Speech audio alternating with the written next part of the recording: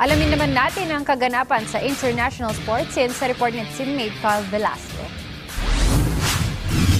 Questionable si former NBA number 1 overall pick Ben Simmons sa pagpapatuloy ng kanyang karera sa professional basketball matapos pumasok sa free agency ngayong 2025 off-season. Yan ay ayon sa isang New York-based media outlet kung saan ayon sa 29-year-old na hindi tiyak ang paglalaro nito sa hardcourt matapos ang ilang inindang injuries noong mga nakaraang season. Sa kabila nito, ilang koponan ang nagpapakita ng interes sa point forward, kabilang na ang isa na namang Atlantic Division team na New York Knicks, nakakagaling lang sa kanilang conference finals appearance at naghahanap ng ilang kandidato para sa kanilang final roster spot para sa paparating na season. Matatanda ang isang buong season na nilaktawan ni Simmons noong 2021 matapos ang isang operasyon sa kanyang likod dahil sa isang injury na siya namang isa sa naging mitya ng paglipat niya mula sa Philadelphia 76ers patungong Brooklyn Nets. Samantala, huling naglaro ang 3-time All-Star para sa Los Angeles Clippers noong nakaraang season sa loob ng 57 laro at nakapagtala ng 2.9 points, 3.8 rebounds at 3.1 assists, ang pinakamababang total season average niya sa kanyang 8 taon sa liga.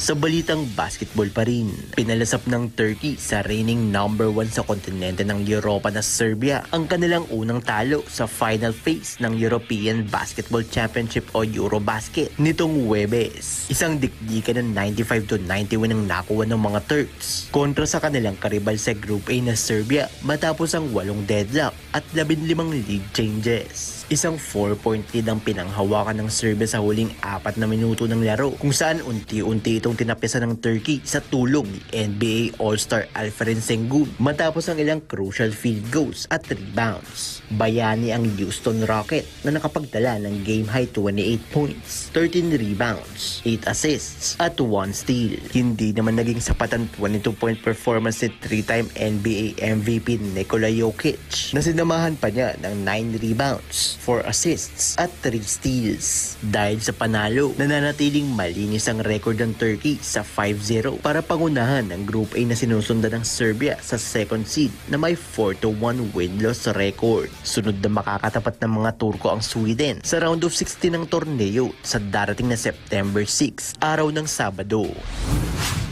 At sa balitang tennis, dinomina ni Italian tennis star Jannik Sinner ang kanyang kababayan na si Lorenzo Musetti 6-1, 6-4 at 6-2 sa quarterfinals ng US Open nitong Huwebes. Isang dominanteng performance ang pinakita ng reigning US Open champion kung saan sa unang set pa lang isang 5-0 lead na agad ang pinanghawakan nito upang makuha ang maagang momentum sa naturang laban. Pagdating ng second set, naging diktikan ng palitan ng skor ng dalawa, ngunit isang intentional error na nagawa ni Musetti para makuha ni Sinner ang set point 6-4. Sa huling set ng laban, hindi na pinaalago ng 24-year-old ang kapwa Italiano at tuluyan ng kinuha ang panalo para makausad sa semifinals kung saan makakatapat ito ang Canadian na si Felix Aliassime sa darating na Sabado. Samantala, nakagawa naman ng kasaysayan ng Italian bilang ikalawang player kasunod ni Novak Djokovic na nakatapak sa 4 na Grand Slam semis ngayong taon.